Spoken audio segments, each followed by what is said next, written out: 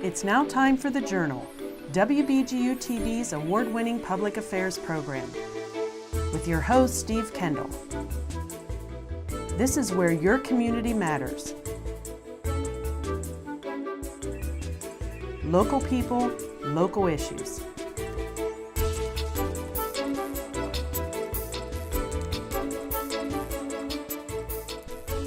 Hello and welcome to The Journal. I'm Steve Kendall. Coming up in our last segment, if you watch WBGU-TV using an antenna, we're going to fill you in on something called Rescan Day. That'll take place on November 27th, and we'll talk about that later on. But first, the 2018 election now mostly in the books, mostly in Ohio, pretty much done. But we want to find out what the results mean for Ohio and the country. And joining us for kind of an election review from the BGSU Department of Political Science are Dr. Melissa Miller and Dr. David Jackson. Thank you for coming back. We did the preview show before the election. We thought it'd be appropriate to come back and talk about what happened. Ohio pretty much settled as far as the races, but that's not the case around the rest of the country. But let's talk a little bit about Ohio first. I know when we talked during the 2016 election, presidential election, we were debating whether Ohio was still a swing state, and the question is, where we stand with it now, given what happened earlier in November? Well, during the 2016 election, Ohio once again demonstrated its swing state status, swinging from backing Barack Obama in 2008 and 2012 to once again picking the winner in 2016. Ohio has the hands-down best record of picking the winner. The reason, however, that people are beginning to say that perhaps Ohio is turning from a purple state to a red state is because consistently the Republicans have done so much better than the Democrats in winning statewide office.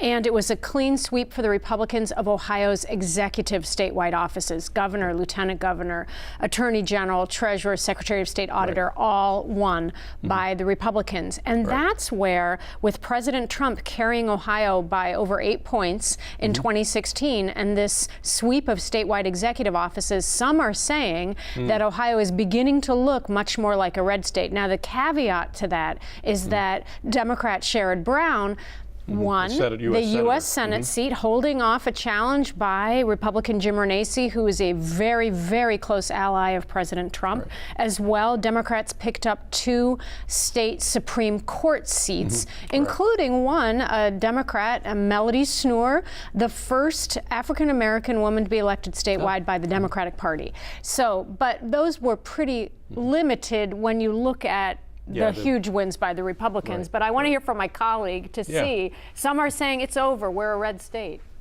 Well, there's so many different arguments about what went on in the 2018 election. Was it something about the candidates? Was it something about the campaigns? Was it something demographically? I guess focusing for a second on the demographics would be the question that would be the angle that says, is Ohio going to continue to be a swing state? Because it begs the question, why is Ohio a swing state? Now historically, there's a great stuff written about how Ohio was the first American state, in the sense that people who came here came from other places in the country. And so you had people coming from Connecticut, you had people coming from Virginia, and so in that sense it looked like the rest of the country. And that's one way of, the modern way of saying that would be that demographically the state looks like the rest of the country, so therefore it's a good predictor of the rest of the country. But the question now is, demographically, does the state of Ohio look like the rest of the country? Like the rest of the country. And in a lot of ways it doesn't. The Hispanic population in Ohio, much, much smaller than the rest of the country. We're a little bit older, quite a bit whiter, and not quite as college educated as other places. And college education is becoming an extremely important variable in predicting Democratic Party success. So those differences between Ohio and the rest of the country, I think, are what demographically is working to cause some conclusions that maybe Ohio isn't such a swing state anymore, that it's a little more Indiana and a little less Pennsylvania. Interesting, And what I would add, though, is that I think the social scientist in us would perhaps want to see what happens in 2020. Ohio keeps its bellwether status as long as it continues to pick the winner. To me, that's what the swing state status, that special status of Ohio is. Right. So I think we need to see in 2 years, because let's face it, Democratic turnout is never as high as Republican turnout in midterm elections. It's just always lower. Right. So I think we need to get another presidential election under the belt to see. Now, just another minute, though, on the Republicans' big victories. If you look at the governor's race, you can clearly see what happened. What happened is that the way for a Democrat to win statewide is to really drive up turnout in Ohio's urban counties and win by big margins. Yeah, build up basically a big backlog of votes. Correct. Yeah, right. And what happened was Richard Cordray, the Democrat, did win Ohio's only 9 counties, 8 of which are urban plus Athens County, are mostly urban, like Summit County.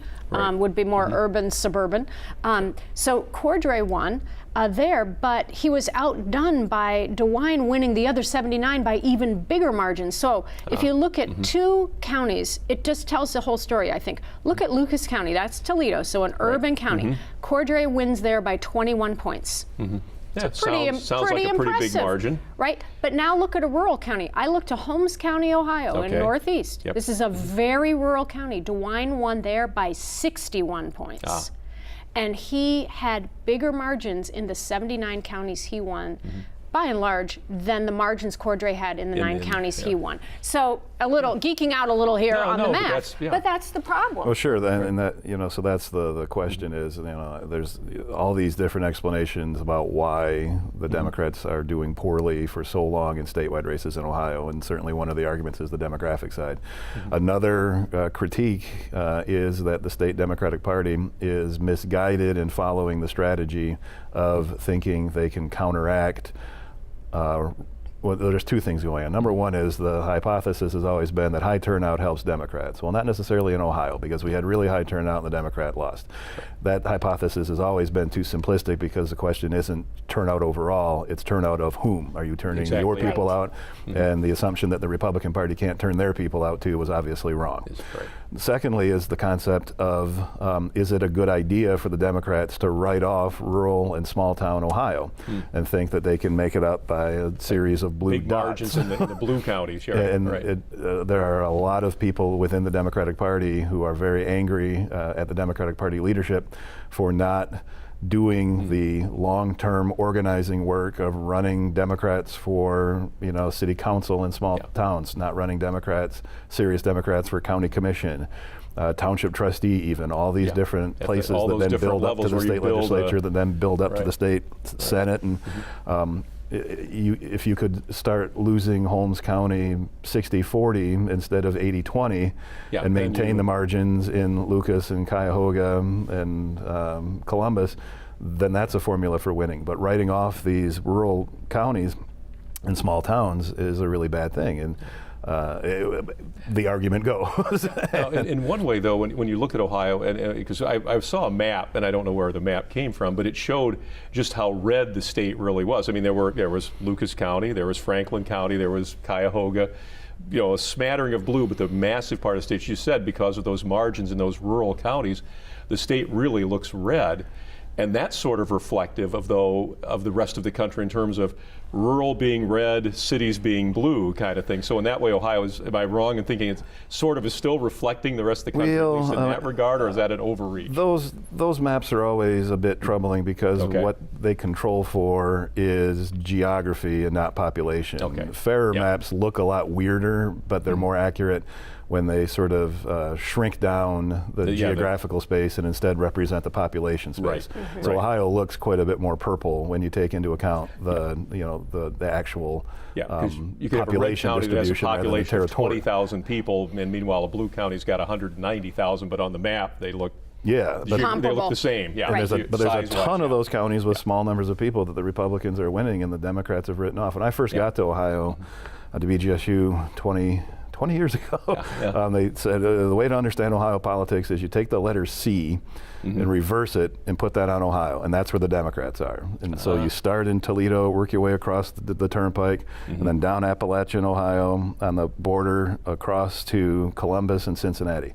Well, the C is gone, because now it's just a series of blue dots, and a big part where that C is gone are those counties in southeast Ohio, coal country formerly, some places along the northern part of the C being steel country, where those jobs have gone, and Democrats have offered free trade and Republicans have offered identity politics.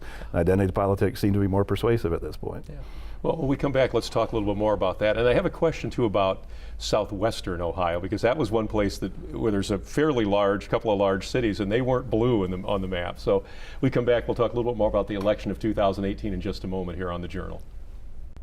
Thank you for staying with us here on The Journal. We're taking a little review of election 2018, and in that last segment we're talking about the map of Ohio, and obviously when you look at the map that shows a lot of red in the rural areas, the one thing I kind of noticed was that you would typically look at southwestern Ohio, where there's the city of Dayton, city of Cincinnati, and they're almost overlapping each other. But there wasn't as much blue down there as you would expect to see. Kind of talking what you were saying, that margins weren't great where Cordray won in the blue counties, but where DeWine won in the red counties, he won by big margins. And that kind of happened a little bit because DeWine's sort of from one of those bluish kind of counties, and it turned out to be kind of a red county for him. Yeah, so Montgomery County, where Dayton was almost a 50-50 county, and the expectation for Democrats would be to, I think, carry that county by carrying the city of Dayton. And they apparently didn't rack up a big enough margin in the city to carry the county. And so DeWine also is a bit of a hometown figure there, in the sense that he, I guess, is from Yellow Springs, which is considered part of the Dayton metropolitan area. So not surprisingly, little hometown edge a little bit, or a hometown cooking there a little bit then too. And so when you look at that, though, what is that? Given where we're going to be again when these elections come up the next time, where does that leave? Does that still leave Ohio looking red again then? I mean, I guess it depends. I know there's a lot between now and then, but. Well, let's look at something really important that comes out of election night in Ohio for Republicans, and that is they will have extra influence in the redistricting process after the 2020 census. Okay. So their statewide executive office wins absolutely gives them extra votes, if you will, on the Redistricting Commission that will redraw state legislative lines after the 2020 census, and could end up that body, if the General Assembly can't work out a plan that gets sufficient minority support, it will get kicked. The congressional district map would get kicked to that body as well. So there are 4 seats that are split evenly amongst the Democrats and Republicans, but the other 3 go automatically to the governor, the attorney general, and the secretary of state. Well, they just won all 3 of those offices. So they will they'll have a majority on that panel. Correct. And so that will give Republicans the opportunity to really keep the state legislative districts and the congressional districts working in their favor, gerrymandered, as it were. And it's something both parties do. Sure. Yeah. Democrats would do the same thing. If it was flipped the other way, they'd be drawing them to their advantage. Correct. Now, we do have some state ballot initiatives that were passed by Ohio voters in the last 3-4 years. One, to try to bake in some partisanship into the state legislative redistricting process, as well as in the congressional redistricting process. But those new plans that try to bake it in by requiring sort of some minority party support before the maps can go into effect, they've been not tested yet. We haven't seen whether they'll really bring bipartisanship to the process. I've always been skeptical that the maps would ever truly be bipartisan. I think they're likely to be somewhat more favorable to Democrats than they would have been under the prior regime. But I think that the control over the process is a huge benefit and advantage to the Republicans moving forward, particularly for the state legislative districts, because for the Democrats, if they stay in the wilderness, as it were, in the General Assembly, it becomes very hard then to groom those candidates to then move to higher off to executive offices. Right. To really then be able to compete for the offices of governor and attorney general and secretary of state, because as the minority party and as the results indicate, the Republicans kept their supermajority narrowly, but kept their supermajority status in the Ohio House and Senate. So that makes it hard for Democrats to be able to make real policy gains and accomplishments that are democratic. Bipartisanship is great, and we heard former Toledo Mayor Paula Hicks Hudson, who ran unopposed for the Ohio State House, say that she does, hope to and plan to work on some bipartisan issues, but Republicans being in such control will be the credit claimers, I suspect. And that makes it hard for the minority party, Democrats in this case, to build up a resume then that makes them competitive for governor. Makes them look viable for, and one of the things I thought there was, one of the newspapers in Northwest Ohio endorsed a current, an incumbent congressional candidate. And it was interesting because it was this thing of he's very representative of his district. Of his congressional district, he looks like he basically represents them exactly who they are, and that's all well and good. But if you've designed the district to be that, it's pretty easy then to reflect the district as the candidate. If the district's been designed to look like you and act like you and believe like you, but I thought that was an interesting reason to endorse somebody. He represents his district well.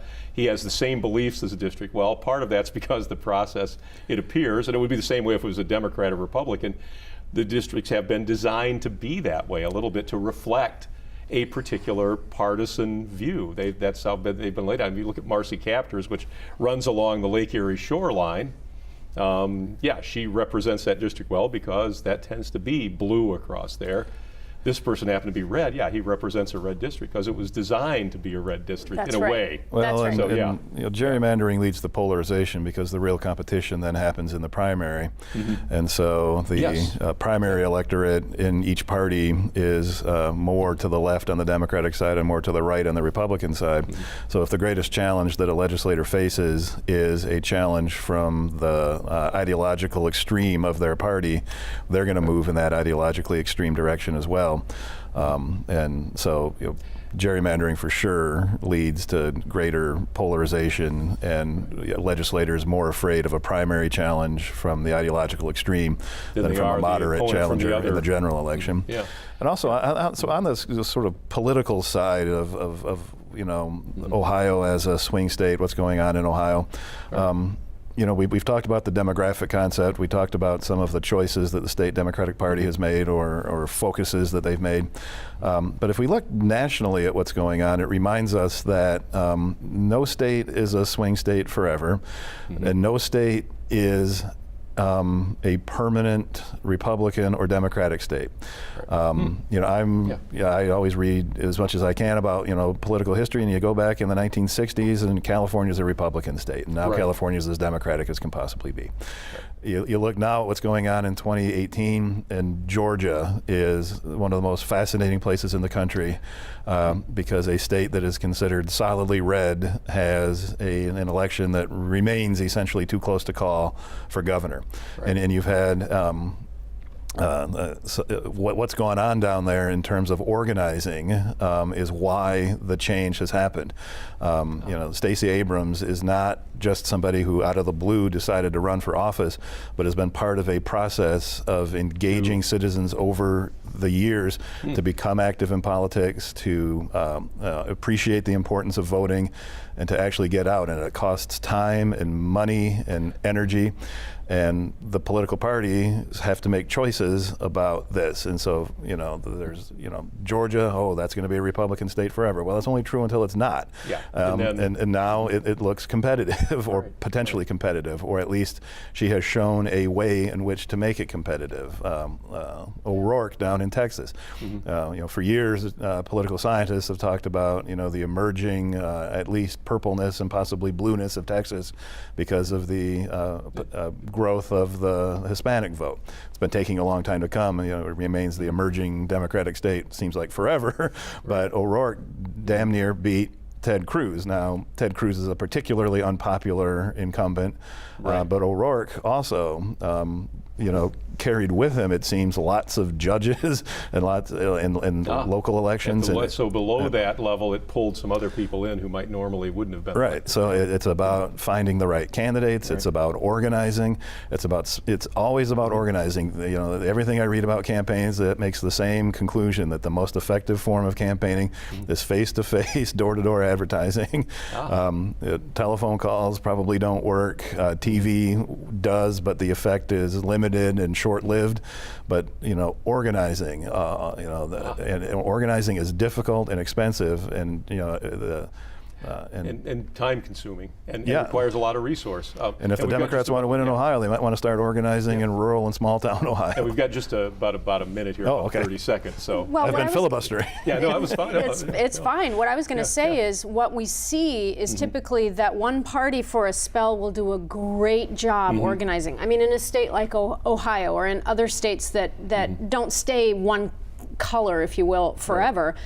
And then eventually the other party kind of wakes up and they have to get their act together, and then they have to out-organize. That's how parties try to leapfrog each other. It doesn't always work, because if a party is in the wilderness for too long, it just gets dug deeper and deeper, and it's very hard then to inspire good candidates to run and to do the kind of recruitment and to get people to go door to door in the manner that my colleague described. So it'll be interesting to see, very interesting to see.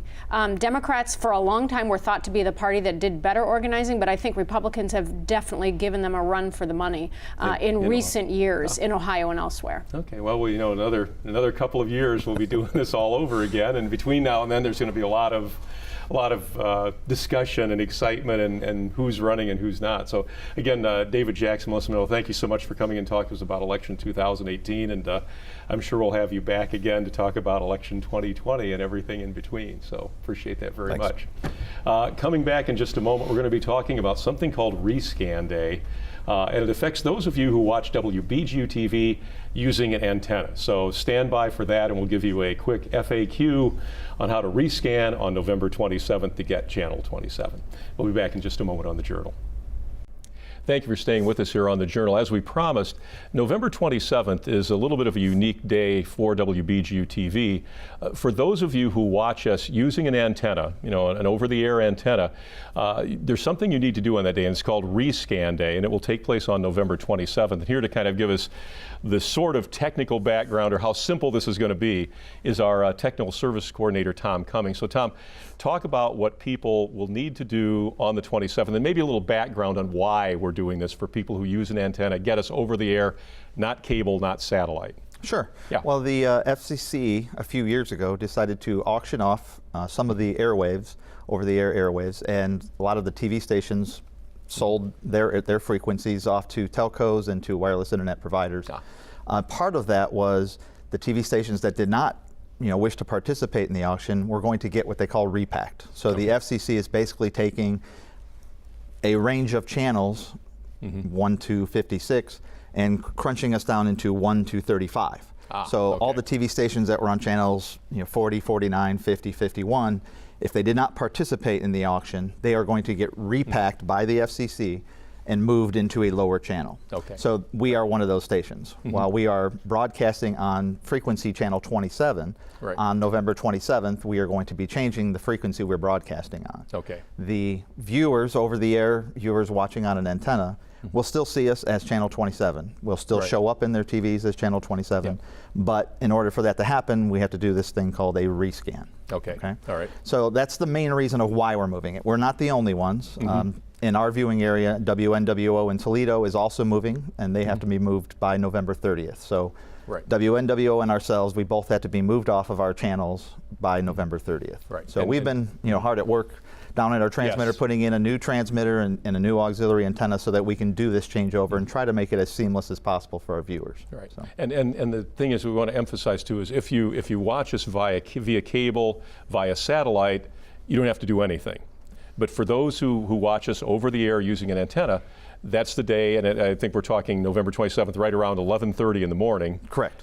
You'll need to, after that point, you'll need to basically do a rescan of your set and we'll still be 27, but there in the background, all that digital electronic stuff is saying different frequency, but it will look like 27 to the viewer. That's correct. Yeah. Now, we say that over-the-air viewers are the only ones that have to do something, or that cable subscribers, Dish and DirecTV subscribers they don't have anything to do. Right. However, on that day, they may see a brief outage on Dish or DirecTV or the cable companies while they change their equipment over to receive our new signal on our new frequency of channel 22. Okay, so that would be the only thing. So the bottom line for people is that if you don't do that, let's say that you're not around that day or you're on vacation, you come back and suddenly you can't find us.